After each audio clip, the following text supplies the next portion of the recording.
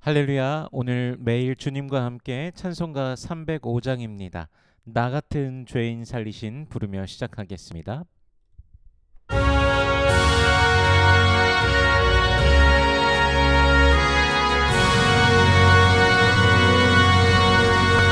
나 같은 죄인 살리신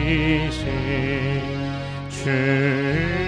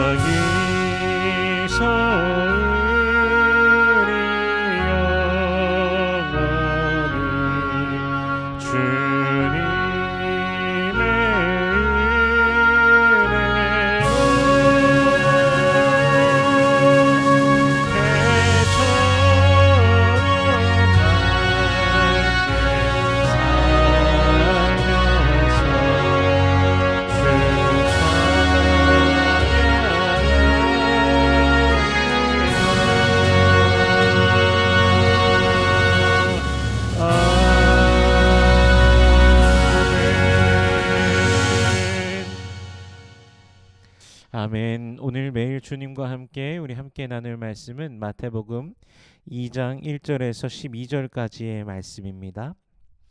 봉독하겠습니다.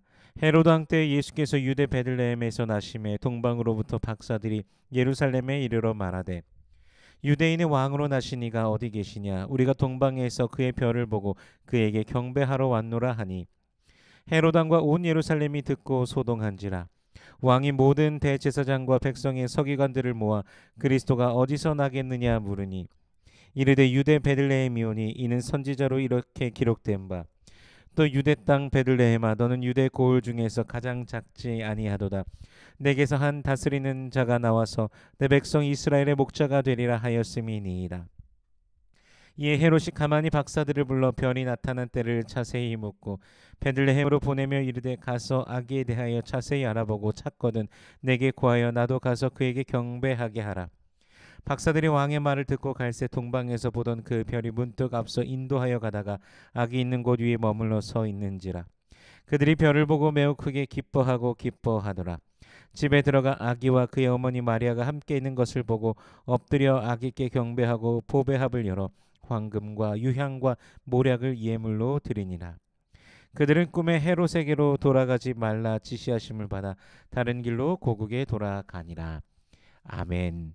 잠시 기도하겠습니다. 살아계신 하나님 은혜를 감사합니다. 우리 주 예수 그리스도의 그 사랑과 은혜, 십자가의 사랑, 보혈의 은혜, 그 능력으로 주의 백성들을 붙드시고 주의 백성들을 구원하여 주시니 감사합니다.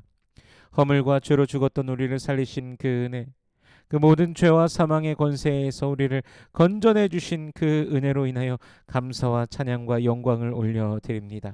천국 백성 되었으니 하나님의 자녀 되었으니 이제로 우리가 날마다 평생에 주님을 송축하며 주의 이름으로 인하여 기뻐하며 주님과 함께 늘 동행하는 주의 백성들 되게 하여 주시옵소서.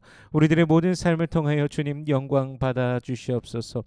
때로는 그 은혜를 망각하는 우리들의 모습이 또한 있음을 주님 고백합니다. 우리들의 연약함을 주님 또한 잘 아시오니 우리를 긍휼히 여겨 주시옵시고 용서하시며 날마다 새롭게 하시는 그 은혜 가운데 더욱더 주님을 사모하며 주님을 흠모하며 주님을 기대하며 주님을 소망하며 매일을 살아가는 주의 백성들 되게 하여 주시옵소서.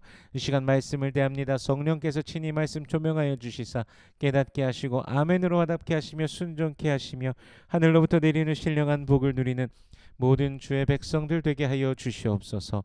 감사드리며 예수님 이름으로 기도드립니다. 아멘.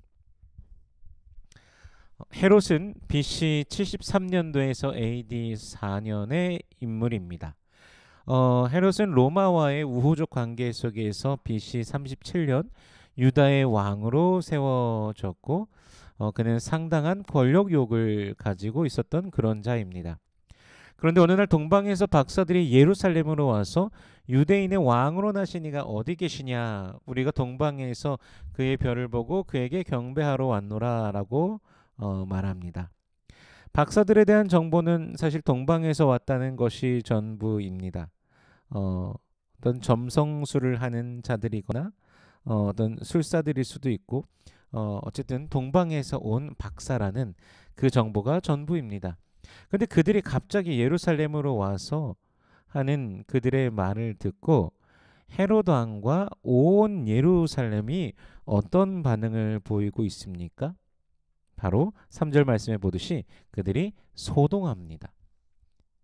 3절에 소동하다에 해당하는 단어를 원어 성경에서 보면 타라소라는 단어가 사용되는데 뒤흔들다, 선동하다, 어지럽히다, 불안하게 하다라는 그런 뜻을 가집니다.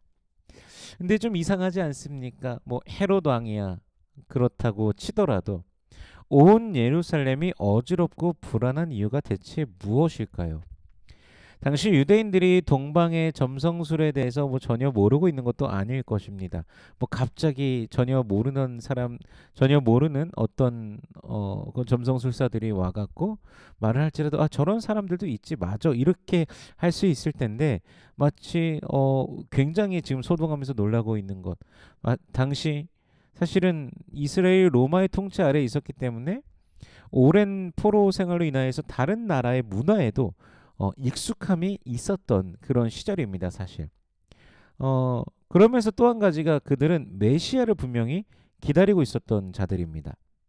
그렇다면 대체 유대 왕이 어디서 났다는 것인가 하는 그런 궁금함이 있어야 될 텐데 오히려 예루살렘이 지금 어지럽고 불안한 가운데 있다라는 것이죠. 그렇게 지금 이방의 다른 점성술에서도 지금 이렇게 유대의 왕이 나셨다라고 하는데 대체 어디에, 대체 무엇에, 이런 반응이 아닌 불안한 어지러움의 그런 상황이라는 것이죠. 물론 그 이방의 점성술이다 보니까 이제 그것에 대해서 불경스럽게 부정하게 여기면서 그렇게 생각한다라면은, 그렇게 생각한다고 할지라도 소동하고 불안해할 만한 정도까지인 이유는 아닌 것 같습니다. 그렇다면 그냥 무시하면 될 텐데요. 왜 그럴까요? 예루살렘은 이스라엘의 종교의 중심지입니다. 근데 이러한 반응이 나타났다는 것은 그들이 사실 메시아에 대한 관심이 전혀 없었다라는 사실을 반증하는 것이죠. 자신들의 구세주에 대해서는 전혀 관심이 없이 종교의 중심지 예루살렘에서 그저 그들은 종교자로서 자신의 만족만을 채우며 그저 하루하루를 살아가는 그런 자들이었을 것입니다. 실제로 예수님께서 공생애를 시작하셨을 때에도 예루살렘에서 더욱더 바리새인 서기관들과 논쟁하시는 장면이 등장합니다. 그들은 예수께로 몰리는 사람들의 그 관심으로 인하여 자신들의 입지를 빼앗길까 봐 두려워하기만 하였습니다.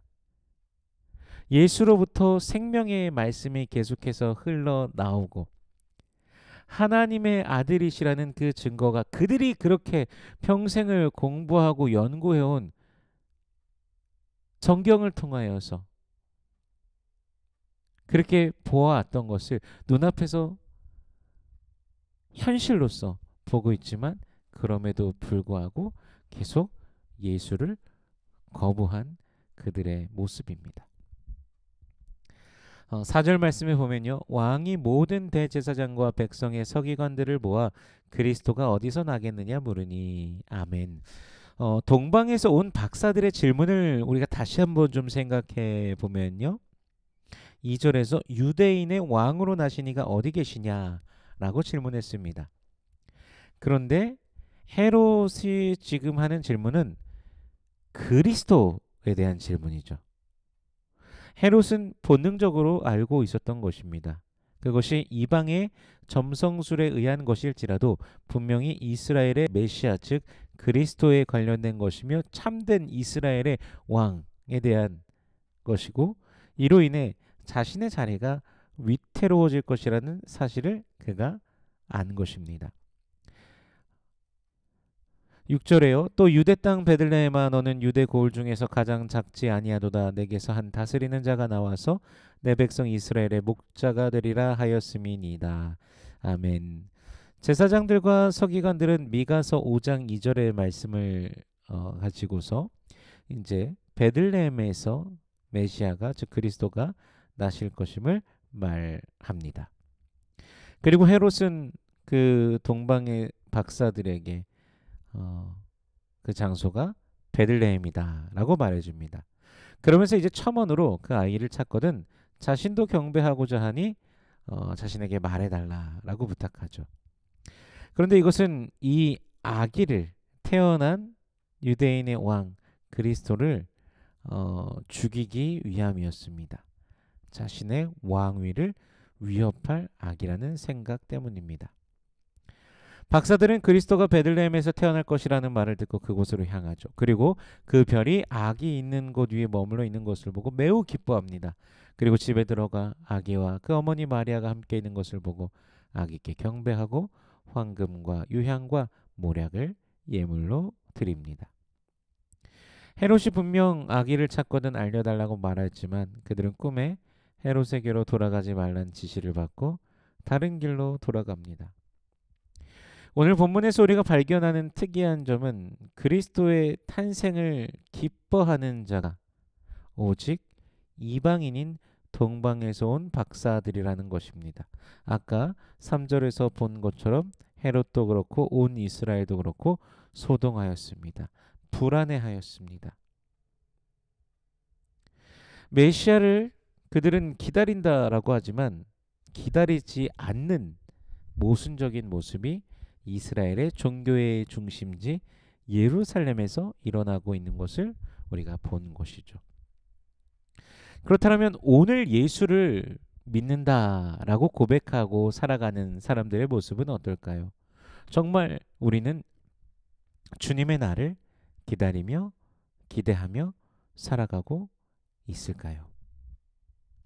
하나님의 나라는 그저 핑계이며 이 땅에서의 만족, 이 땅에서의 그 세상의 것들을 더욱더 누리는 것이 인생의 최우선의 가치이지는 않습니까? 오늘 본문의 예루살렘 사람들이 바로 그러하였던 것처럼 말이죠. 우리 자신을 돌아보기를 원합니다. 그리스도 예수 안에서 하나님 나라의 임하심을 간절히 바라며 날마다 사모하는 우리가 되길 원합니다. 기다리고 기다리던 나라를 그리스도 예수 안에서 생명의 부활의 때 맞이하며 기뻐하는 우리 모두가 되길 소원합니다. 참으로 믿는 우리가 되길 원합니다. 이 믿음이라는 단어가 헬라어로 피스티스라는 단어인데요. 믿음, 충성, 신실 이 의미가 다 포함된 단어입니다. 즉 믿는다라는 것은 예수 그리스도를 믿는다라는 것, 예수님께 충성을 드리고 예수님께 신실한 우리가 된다는 것이며 그에게 우리의 믿음을 드린다는 것이죠. 그래서 참된 믿음을 소유하는 우리가 되기를 원합니다. 오늘도 예수 그리스도 안에서 구원을 기뻐하며 주님 나라를 소망하며 참된 평강을 누리는 하루 되시기를 축복합니다. 주님께서 함께 하십니다. 주님께서 여러분을 도우십니다. 주님께서 여러분의 힘이 되십니다. 예수를 기대하며 승리하는 하루 되시길 그리스도의 이름으로 축원합니다. 기도하겠습니다. 살아계신 하나님, 은혜를 감사합니다. 우리 주 예수 그리스도의 놀라우신 은혜와 사랑으로 우리를 붙들어 주시니 감사합니다. 주의 백성들, 주의 이름으로 인하여 날마다 기뻐하며 주의 이름 안에서 믿음으로 걸어가는 우리들 되게 하여 주시옵소서. 날마다 우리들의 모든 순간 속에 하나님께서 살아계심을 만나며 누리는 주의 백성들 되게 하여 주시옵소서. 모든 기도의 제목들 가운데 주님 응답하시옵소서. 주여 역사하시옵소서. 육신의 연약한 자들에게 주께서 임하시고 치료하여 주시옵소서. 예수 그리스도의 그 권세와 능력으로 임하시며 치료하여 주시옵소서. 우리 주님의 강하심을, 우리 주님의 위대하심을, 주님의 놀라우심을 경험하는 모든 권속들 되게 하여 주시옵소서. 여호와는 내게 복을 주시고 너를 지키시길 원하며 여호와는 그 얼굴을 내게 비추사 은혜 베푸시길 원하며 여호와는 그 얼굴을 내게로 향하여 드사 평강 주시길 원하노라. 주님 말씀하셨으니 언약하신 대로 오늘도 임하여 주시옵소서. 감사드리며 예수님 이름으로 기도드립니다. 아멘.